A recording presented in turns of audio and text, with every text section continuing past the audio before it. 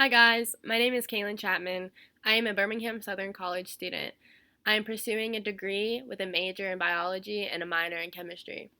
Today we'll be discussing how to calculate Gibbs free energy.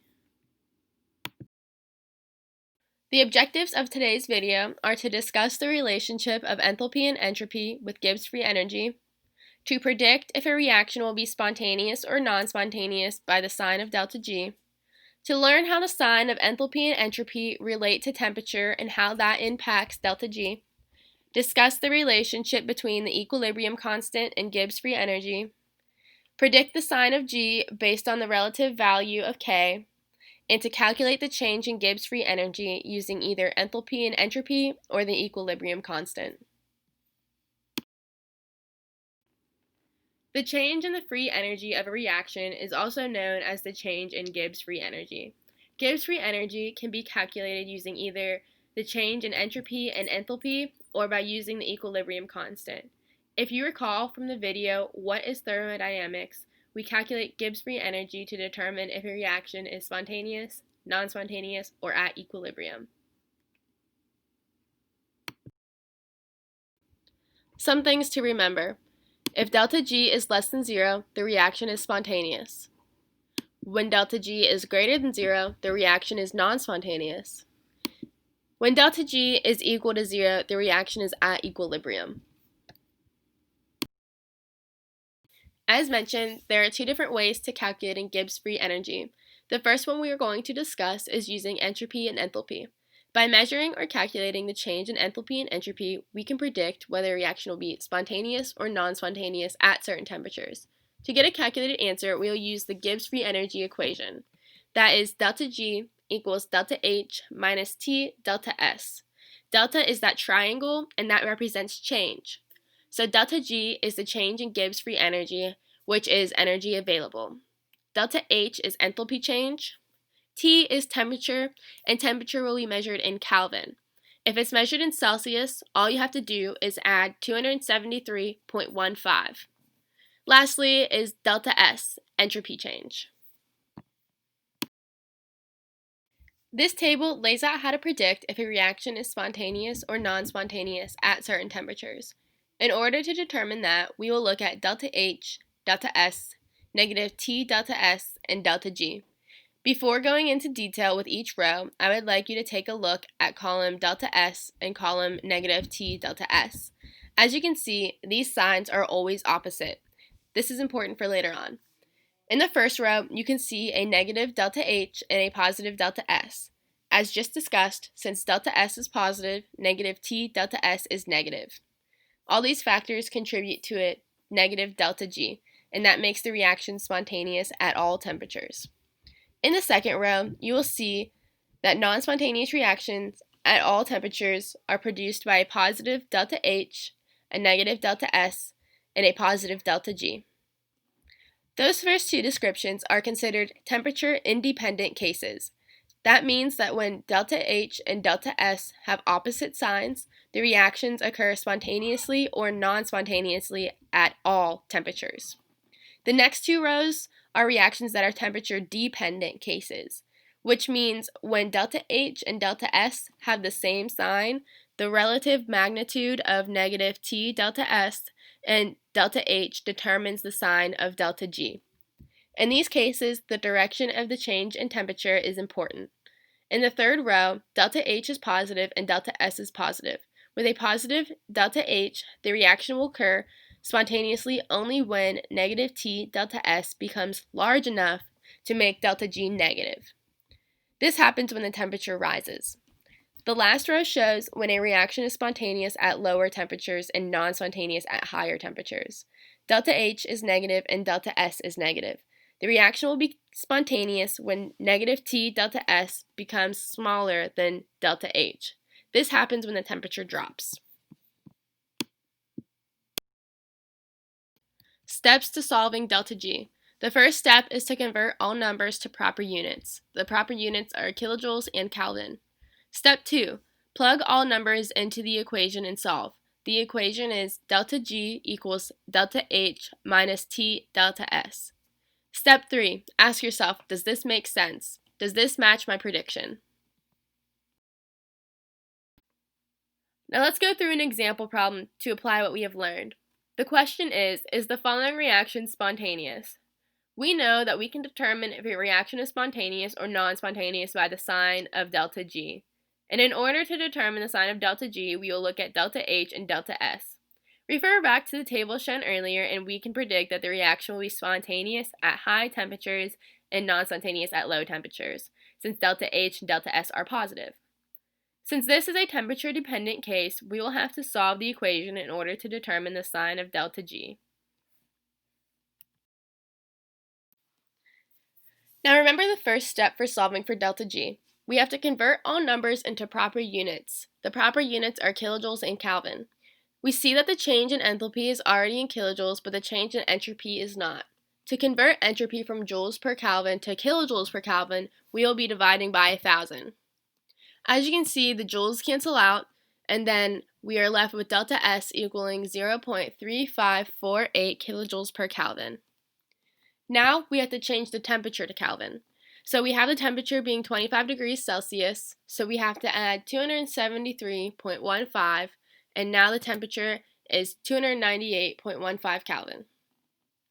So the next step to solving this problem is to plug all the numbers into the equation. Remember, the equation is delta G equals delta H minus T delta S. With all the numbers plugged in, this is what it looks like. Now the first step is to multiply T times delta S, and that gets us 105.7. So as you see, now we have to subtract 105.7 from 119. That gives us delta G equaling 13.3 kilojoules. That means that the problem is non-spontaneous at 25 degrees Celsius. Does that match our prediction? Yes, the reaction is spontaneous at higher temperatures and non-spontaneous at lower temperatures.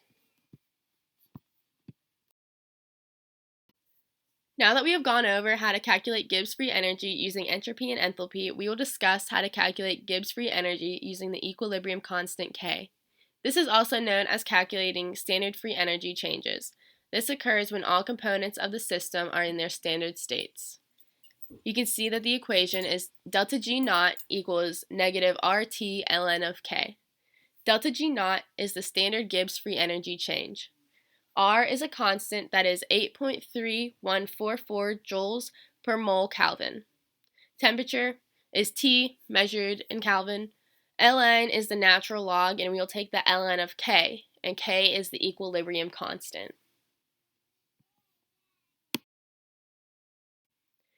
Delta G naught can be calculated, but it can also be predicted. Using this table, we can predict which direction the spontaneous reaction will occur. As you can see, the sign of delta G and K are the same for a given direction. If K and delta G are less than the zero, the reaction is spontaneous to the right.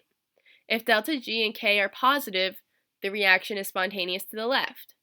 If K equals 1, which means the natural log of K will be 0, delta G will also equal 0. Since delta G will be equal to 0, the reaction can be spontaneous to the left or to the right. Steps to solving delta G naught. The first step is to convert all numbers to proper units. The proper units are kilojoules and Kelvin. Step 2. Plug in the numbers to the equation and solve. The equation is delta G naught equals negative RT ln of K. Step 3 is ask yourself, does this make sense? Does this match my prediction?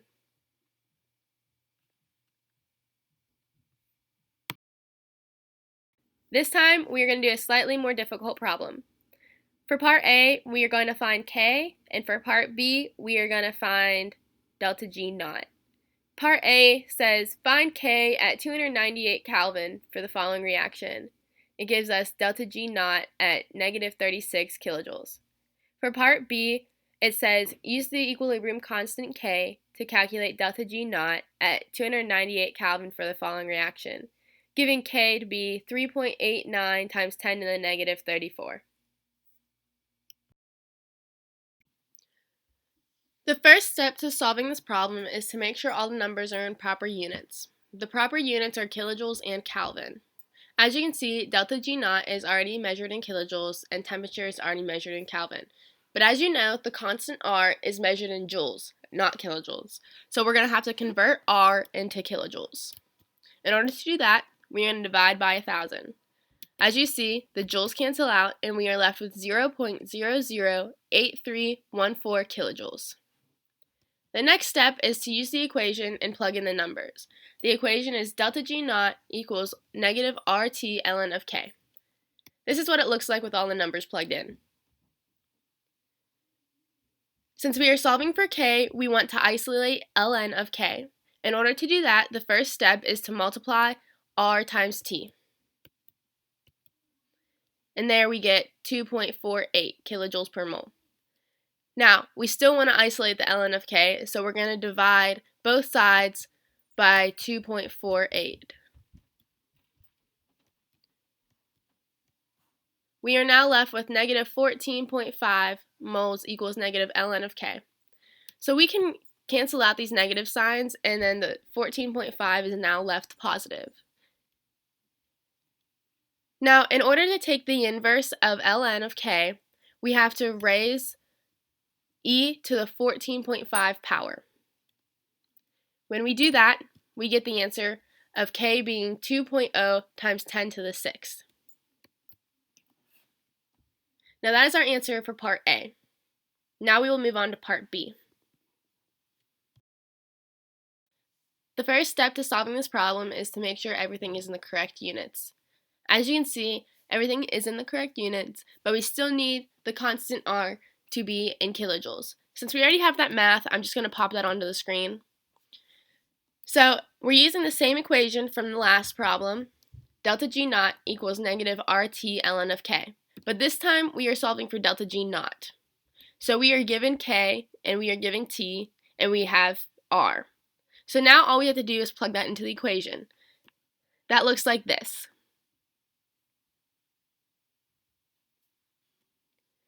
So the first thing we are going to do is multiply R times T. As you can see, we get the same thing as last time, negative 2.48. And now you can see that ln of K is ln of 3.89 times 10 to the negative 34. So the next step is to solve for the ln of K, and we get negative 76.9. Now we are going to multiply that negative 76.9 times negative 2.48. And we get delta G naught equaling 191 kilojoules. That concludes this video. I hope that could answer some questions. Good luck!